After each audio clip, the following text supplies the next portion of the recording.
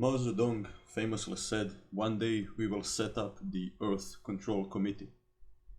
And he did seriously believe that one day China will control the entire world. And in that aspect, he reminds me more of Hitler than of Stalin.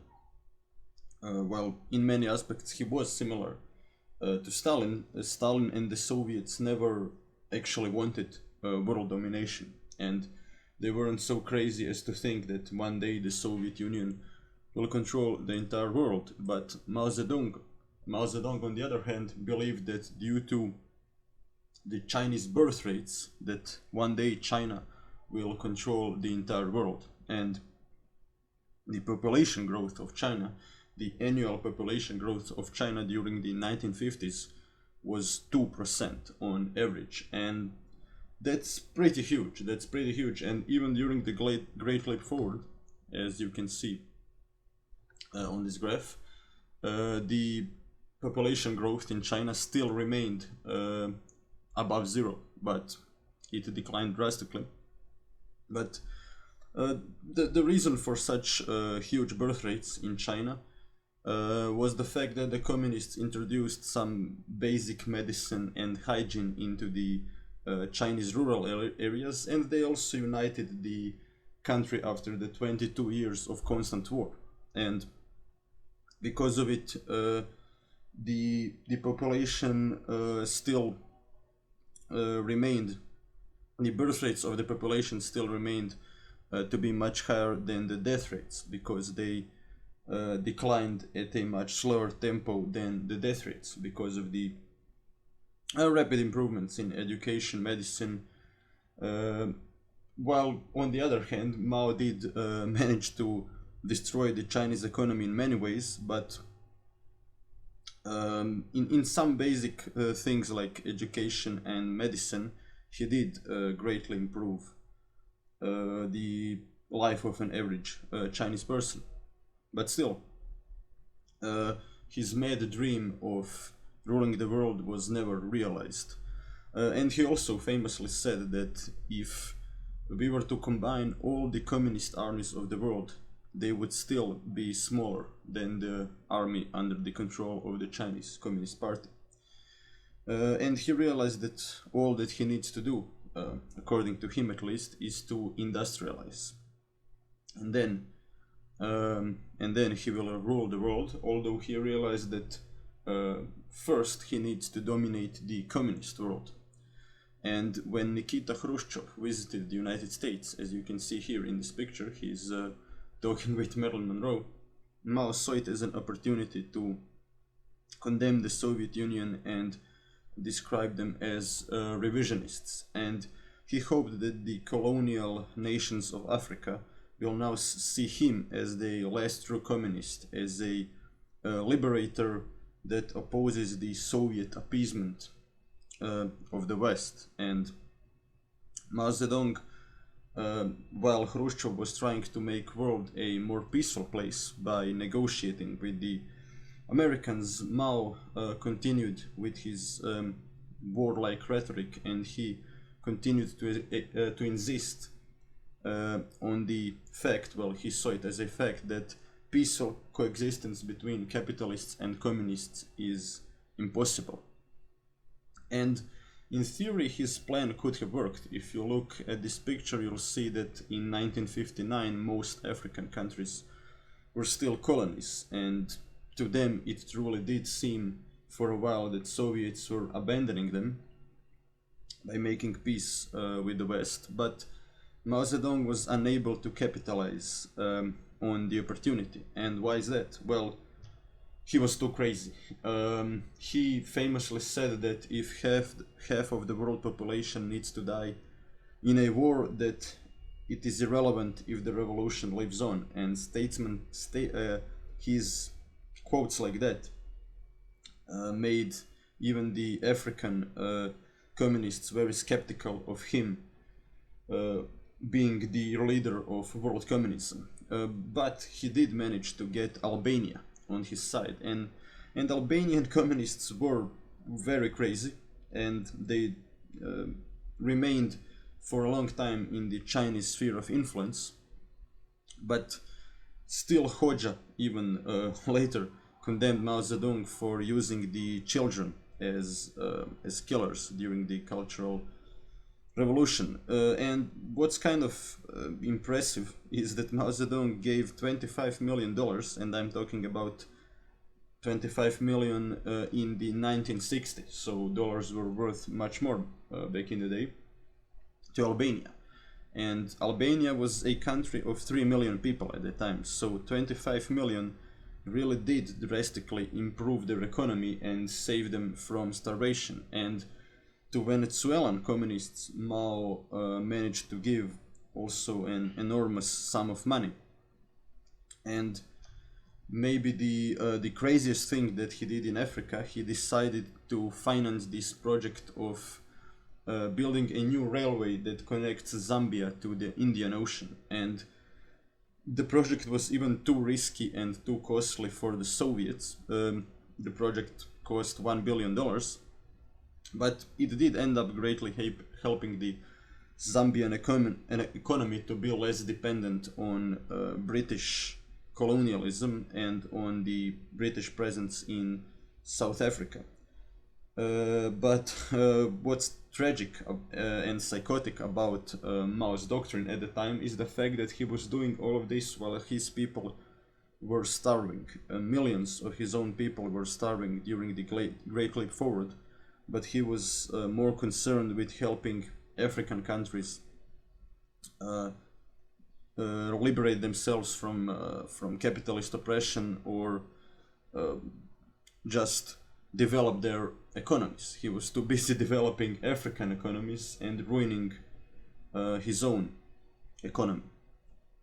And one thing also happened that made Mao's brilliant plan inefficient, and that was the Cuban Missile Crisis. And it became obvious to the African people that the Soviets aren't appeasing the Western colonialists, and that they aren't just ready to make peace with the West at any cost, because of the Cuban Missile Crisis. And the world really did come very close to war between the Soviets and the Americans, and Mao's criticisms of the Soviets being too peaceful now seemed ridiculous. And Mao decides to seize an opportunity in order to boost his reputation on the international stage.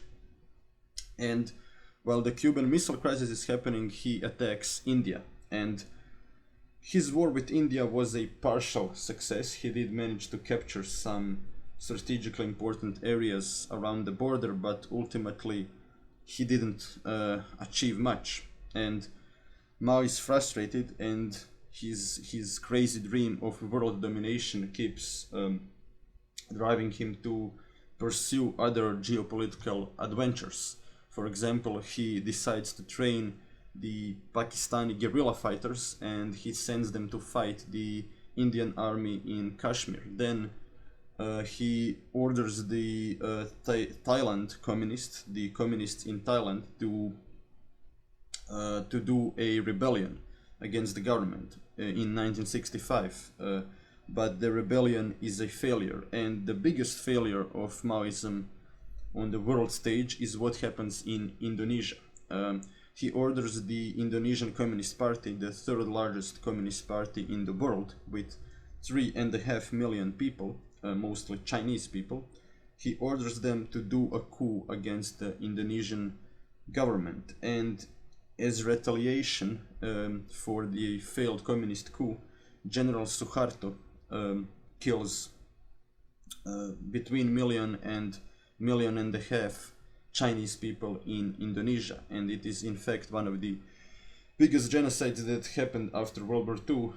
And General Suharto is of course helped by the United States, and there are still monuments to the Indonesian soldiers that killed Chinese people at the time.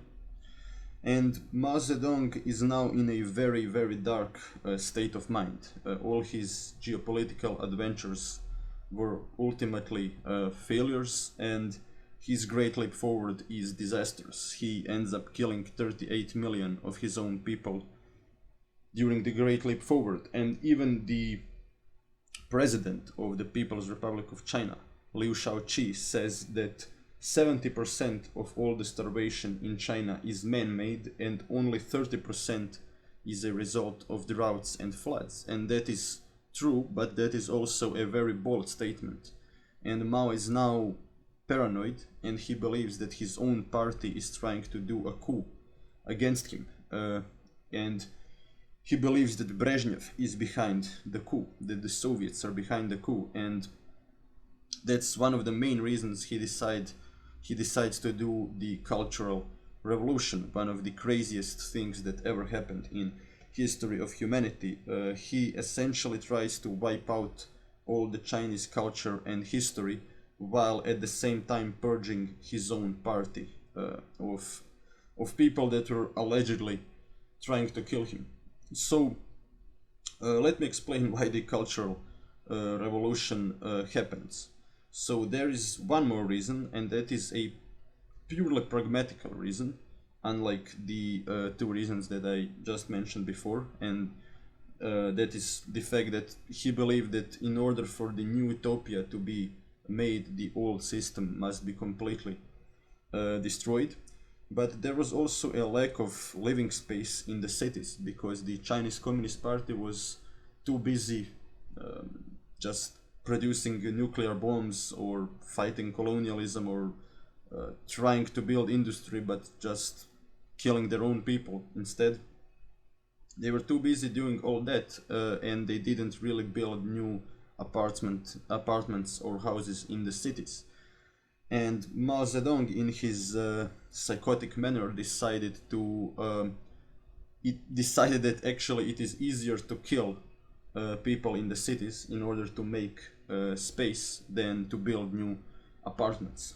According to Jung Chang, that was also one of the main reasons for the Cultural Revolution. And what's also tragic about it, what also profoundly damaged the Chinese society and the Chinese economy at the time, was the fact that the more educated you were, more likely you were to get killed in the Cultural Revolution.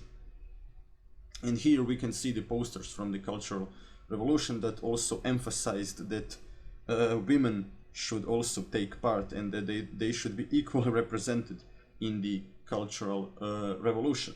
And here we can see the famous Chinese propaganda posters that are also pro gender equality, and I would say that in and of itself is good, but the fact that he killed well, actually 70% of all the communist elites in his country, well, that was psychotic. And ultimately one could argue that it did lead to something good, but I'll explain in the end. For now, we are still just in the middle of all of this chaos happening in China at the time. And what was particularly crazy about it is that Mao used children in order to kill his political enemies. And even so even the educational system itself was proclaimed to be oppressive, and that's why children and teenagers start killing their teachers, and often even raping their female teachers. And Mao is primarily using the Chinese military in order to purge his own party, but he's also using the Red Guard, the young activists, in order to kill well, children of his political opponents and his political opponents. And one of the greatest differences, if we compare it with Stalinist purges from the 1930s, is that Mao did not really purge the military in the same way in which Stalin did it. Mao primarily used the military in order to purge the party and his educational institutions. So part of the goal was to make his society even more militaristic than before. And in one of the great historical ironies, Lin Biao, the guy most responsible for the Cultural Revolution after Mao, is also killed as a traitor in the end. So he was a cult general that really had an cult status in Chinese society for his great victories against the nationalists, and he was known as a pretty extreme guy. He forced his troops to be buried under snow for hours before ambushing the nationalist troops. So he was known as an extreme and cruel guy, but also as an extremely effective military commander, which is why he was extremely popular in the Chinese military.